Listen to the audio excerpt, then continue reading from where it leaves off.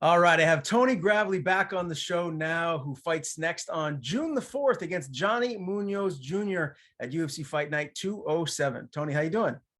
Doing good, sir. How about you?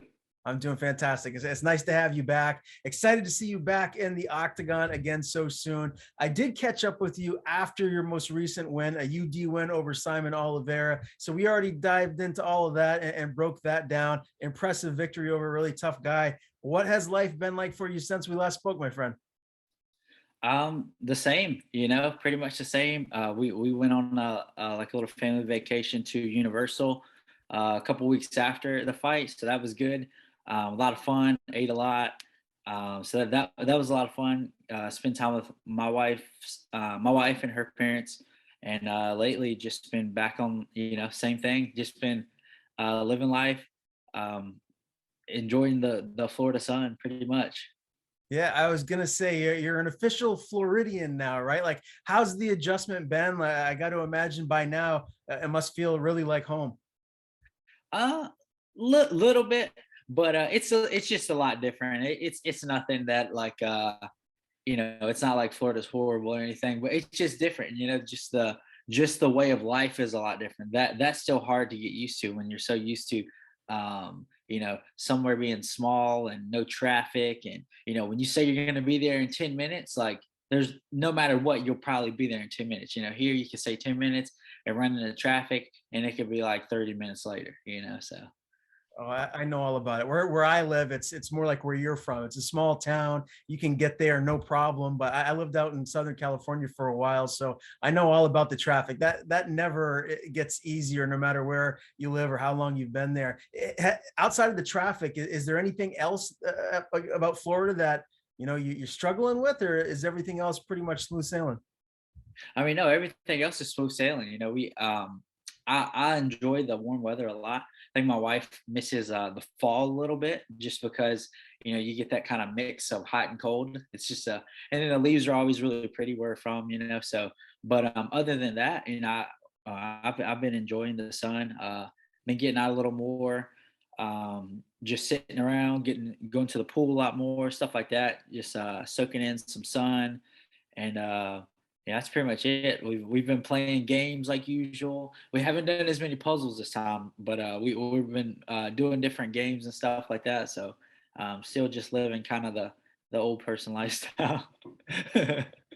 Nothing wrong with that. It keeps you on track and dialed into the ultimate goal, which is continuing to win in the UFC and march towards a title shot down the line. Tell me about, ATT, American Top Team, easily one of the best, biggest gyms on planet Earth. I feel like every time that I do talk to you, you're just getting better and better each day and week and month that goes by. How much better are you now than we said than the last time we saw you with your win against Simon Oliveira?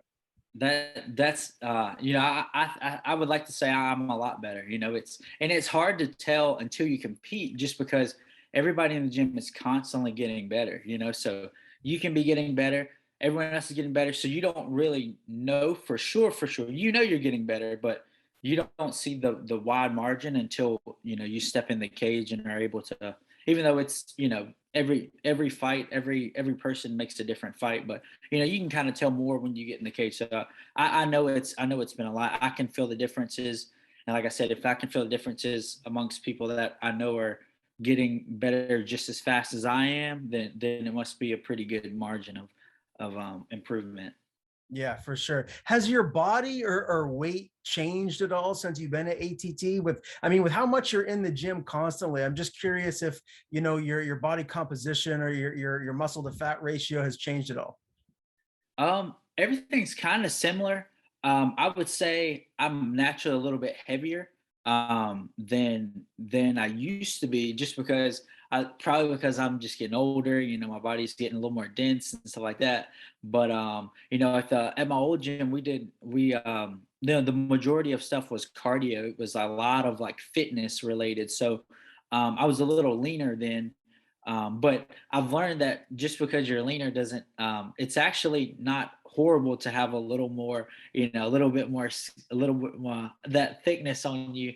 It actually kind of like is almost like a shield in a way, like an extra little bit. And I've learned that you can notice that when people are really lean, their body, like taking body shots, is kind of a little harder. You don't have as much of that, like that barrier between getting kicked and getting to your body. But with that being said, I mean, abs are great. Everybody loves abs. I'm not telling everybody to go out there and get a huge gut or anything, but I can see my body. My body's changing a little bit, and I can tell the difference. But it's, I'm still. I like to think I'm still in pretty good shape, and I'm just getting better. And as my body changes, I change what I eat and try to adapt, and just trying to keep everything together as much as possible. So when I step in the cage, I just continue to get better. Yeah. Well, you look great. There's no doubt about that. I want to ask you about some of the guys that you have around you day to day at ATT. I want to start with Danny Sabatello. This guy, he is clearly he's a great fighter. He just picked up a big win in Bellator, the Grand Prix tournament, and gave Jarrell Lugo his first loss. Is his personality what we see from the media aspect? Is he the same guy in the gym, or is this more of like a gimmick? I'd say I think it's a gimmick. He's more of a I don't want to mess up his thing, but he's a very nice guy. He really is, and I can see where people can see that and think that he's a horrible person, but he really is. He is a really good guy. He anytime you need any kind of round specifically from him, he's there.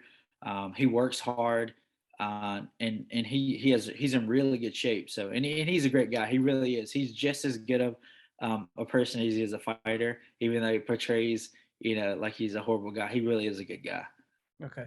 Have you guys ever been like getting in there, getting after it and talking a little bit of trash? And he's like, you suck. Because that's kind of like his thing. He tells everybody they suck. He says the whole band Bellator sucks. No, he actually, no, he doesn't, he's not one of those guys that talks while you're training, and there he's absolutely humble. He goes to everybody, doesn't dodge anybody, works hard, wants all the tough rounds. And, he doesn't trash talk anybody, nothing but respect in there. But that would be, we do have, there are certain guys that just like to talk, and there's some guys that when you spar, they kind of talk too. Not really the lighter guys, but some of the bigger guys like to play around, stuff like that. So it's pretty entertaining to watch. Yeah. Give me a name or two. Who does like to talk a little bit when they're in there? There's one guy named Lamar Brown. He likes to talk. Maluko, Marcus Perez, he likes to talk a lot. Some of the Dagestanis like to talk a lot too. You would think that they're they're very serious and they don't really play. They like to joke around too. So those guys, they kind of have people fooled a little bit too. Yeah, man, you guys have such a mix of great fighters in every weight class there. Who's primarily been around you for this camp? Has it been anyone different or new? So no, not really anyone that different, because a lot of us little guys, we all go together anyway, So, but my main group that I usually train with, the same guys, some guys that you never heard of, Sal Guerrero, Mauricio Gomez is a guy that is a really good grappler. He's also become a really good fighter, but he actually just competed at I guess it was the ADCC qualifier, and a guy went for a buggy choke. Do you know what a buggy choke is? I do not.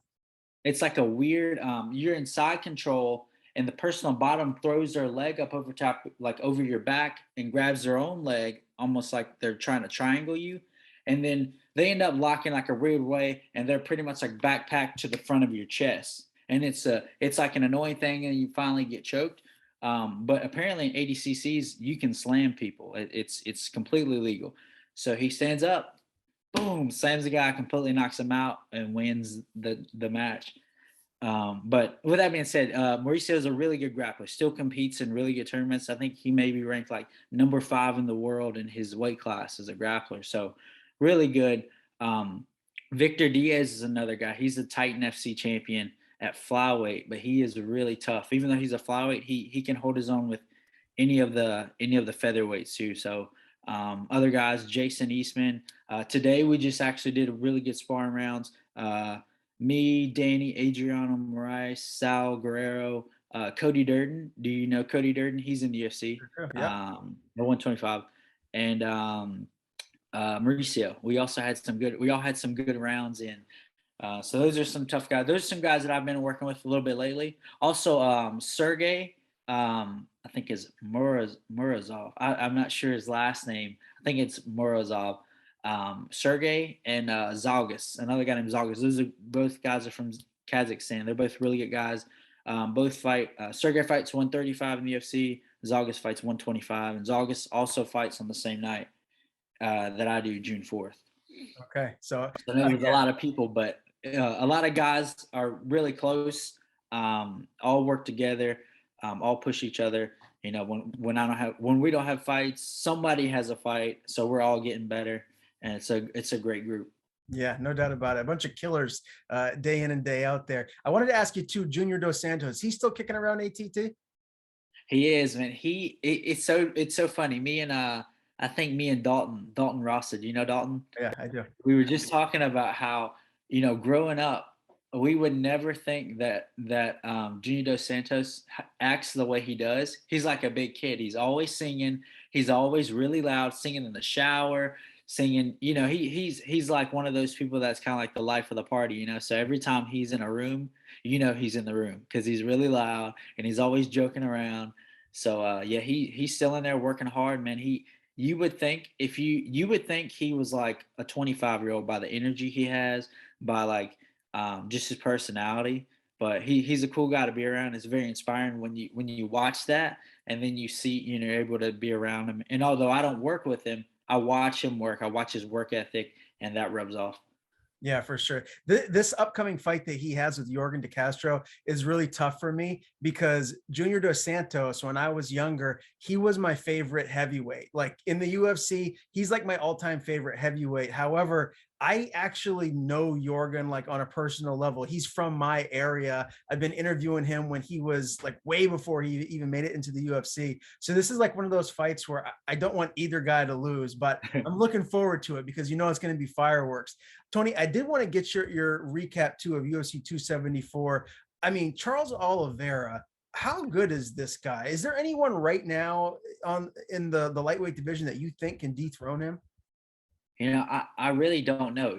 I think everybody wants to see this fight, him and Islam. I think that's going to be a good fight. That's going to be although Charles's striking is really good, he usually finishes with submissions. He uses a strike to drop him, and it's good because Islam's a guy that knows how to not take damage, and he won't shy away from it as well. So I'd like to see what it would look like between the two. You got more of a wrestling style jiu-jitsu as opposed to like traditional, jiu-jitsu MMA style.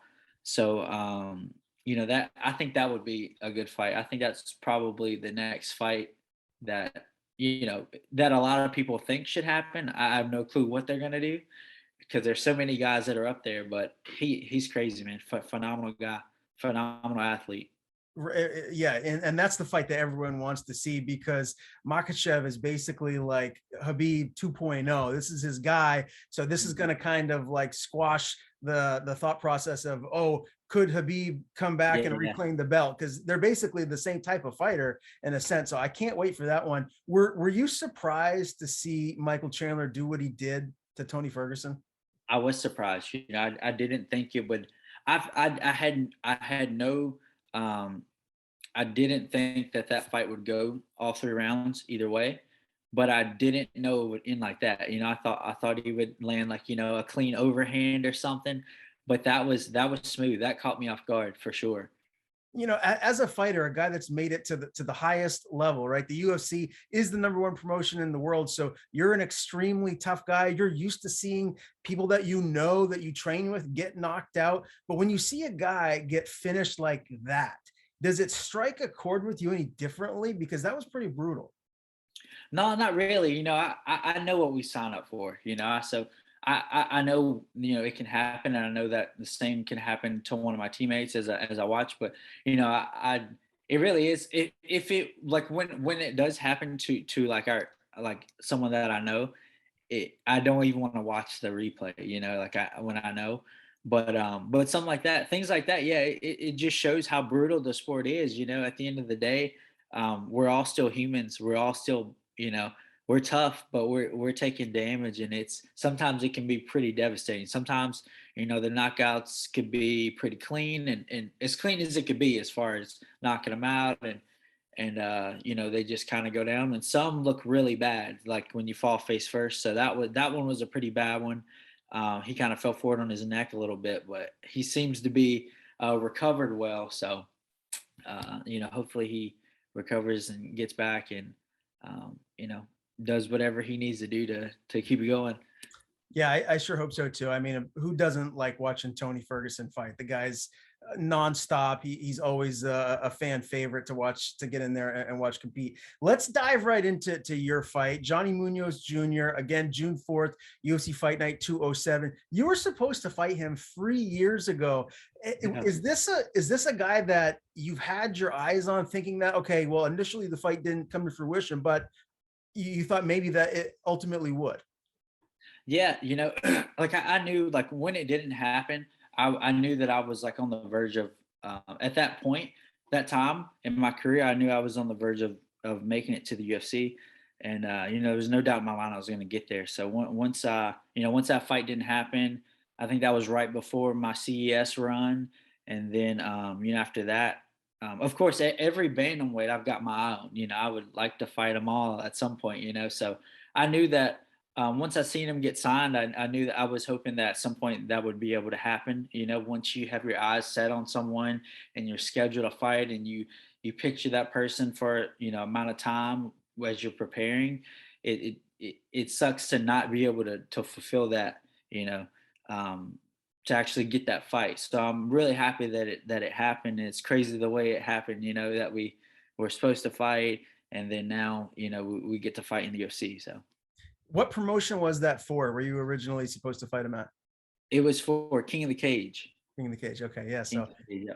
I was supposed to go to California, and actually, I had some people that my parents, and I had some close friends that went out there. Like they had scheduled their trip, and for some reason they couldn't cancel their flights, so they went out there anyway and hung out, went to the fights, and just came back. Even though I wasn't out there fighting, they just made like a trip out of it, and I remember that, and I kind of feel bad that that happened.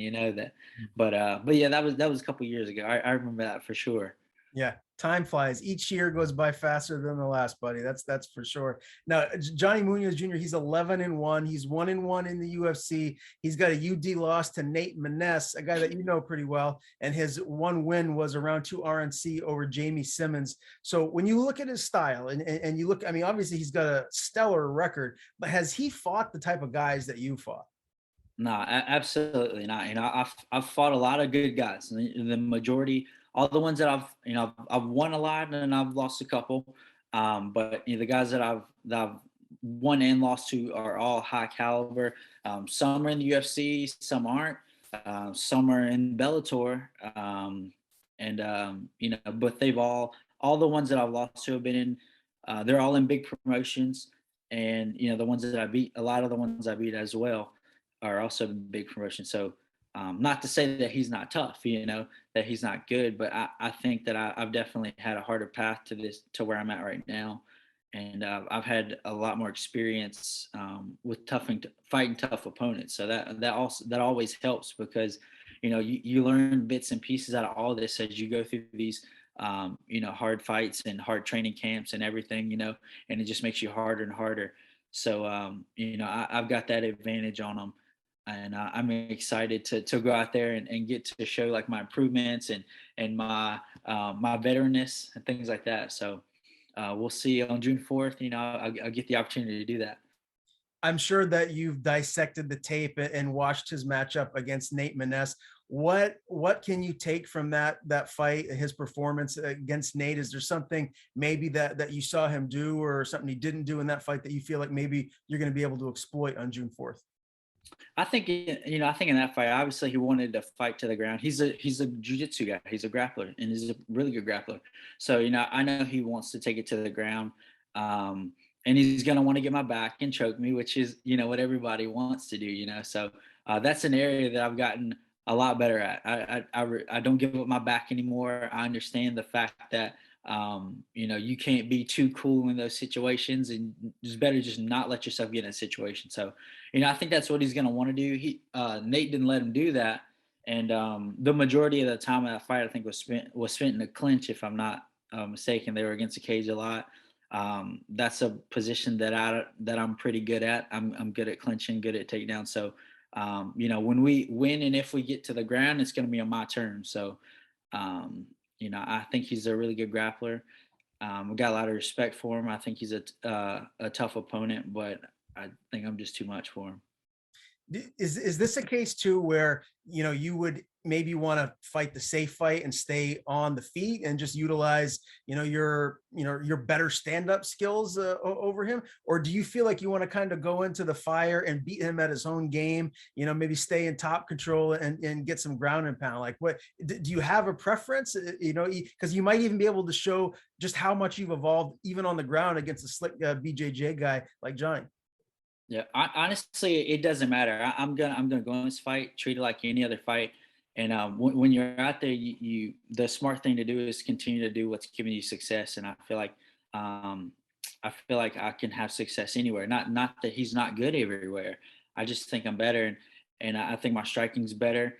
If we play jujitsu, yeah, he's better than me. Pure jujitsu. I'm not a jujitsu guy, but I've got wrestler tricks for him. So if it gets to that point, I'll definitely be ready. It's not that I can't hold my own with any grapplers. I've fought, out of my last 10 fights, maybe 8 of them were black belts. So, I've been around, I've competed with a lot of black belts. I train with black belts every day. And, honestly, I don't think there's much that he can present that I don't deal with every day in the gym. I think, but on the other side, it's different. I have, um, I don't think he's going to compete with anybody with as good as wrestling as me, or has competed with or trains with anyone that has as good as wrestling as me. So, um, I think that I'm extremely confident about this fight. I'm excited, and I'm just ready to get in there. Do you feel pressure to get a finish, Tony, or are you just going to go out there and as long as you get a win and it's a dominant win, that's all that matters? No, I mean, I want to finish. That's how it always, usually is. The last fight was a little different. Had some adversity leading into it, inside of the fight, and things change. But I'm definitely, I've always been a person that wanted finishes. Earlier in my career, I was more of a just win kind of guy. But if you look at my last 10 or more, it's been a lot of finishes, and I'm looking to get back on that track because that's what's exciting. That's what gets you bonuses, and that's what helps you grow, and makes you a threat. Give me your ultimate prediction here. How do you get your hand raised? How do you get this win? I'd say round 2 knockout. Okay. And if you do get this win, Tony, where is this putting you in the bantamweight pecking order? Are you starting to get closer to maybe cracking that top 15, or do you have to get another win or two under your belt before you're thinking that that's a realistic opportunity for you to crack that 15? Honestly, I really don't know because like we've said before, there's so many really good bantamweights who can also be ranked, but you only have 15 slots, so that top 15 could change every week depending on if these guys that are right on the cusp just get the opportunity to fight someone with a number. So realistically, I would like to fight somebody ranked by the end of the year or beginning of next year, but at the end of the day, to do that, I have to just keep winning, no matter who they put in front of me. As long as I win, I can't be denied a number beside my name. So my goal is just to keep winning, and when the opportunity presents itself, I'll take advantage of it, and I'll continue to climb. But as of now, the goal is just keep winning. And if you're healthy, are you trying to hop in there if the right opportunity presents itself, or are you looking to get full camps and just be 1,000% prepared for whoever your upcoming opponents might be? So the short notice fights, yeah, I would, yeah, I'm down for one because once whenever I'm done fighting, I usually take about a week off and I come back into the gym to help other people as well, all the people that have helped me. So I usually stay in good shape, and it kind of depends on it just depends on the scenario of the opponent. how much time there is. But for the most part, I'm usually ready most of the time. So I have 2 fights this year so far. So if I could get 4, that'd be great. I think I'm on track to, well, not 2. I don't have 2 yet. I'm about to have my second, and hopefully we can get at least 1 or 2 more in for the end of the year. Can't wait to see you back in there, Tony. Always great talking to you. Again, Tony Gravely back in action June the 4th at UFC Fight Night 207 against Johnny Munoz Jr. Before I let you go, as always, man, I want to give you the floor. Tell people where to follow you on social media. If you have anyone to thank, floor is yours. You can follow me on Instagram and Twitter at Tony Gravely 135. I like thank you first of all for having me on. I appreciate you've been supporting me for a while. It's been what since I'm trying to. My mom asked me. I told my mom I had an interview today, and she said, "I bet it's Ryan," and I was like, "Yep, it is." And I was trying to remember the first time we had talked, and I think it may have been like was it after like a CES fight? The first time when I won the CES title, was that the first time we ever talked? I think I interviewed you before you won the CES title, but it was right around that time frame. It's been so long, man. We're talking back in like 2000 and early 2017, I think is when I first interviewed you. Okay. So yeah, it's been some time for sure. Yeah, it's been like almost 5 years now. Like 5 years. Yeah. Crazy. But yeah, I appreciate you. Thank you. Thank you to American Top Team, Dan, Richie, Conan, everybody there that all my coaches, all my teammates, everybody that pushes me. That gym is like one fine-tuned machine that just keeps running, and everybody in there plays their part, and it's amazing to be a part of that and to be able to help people and things like that, and become better myself. So that's really cool.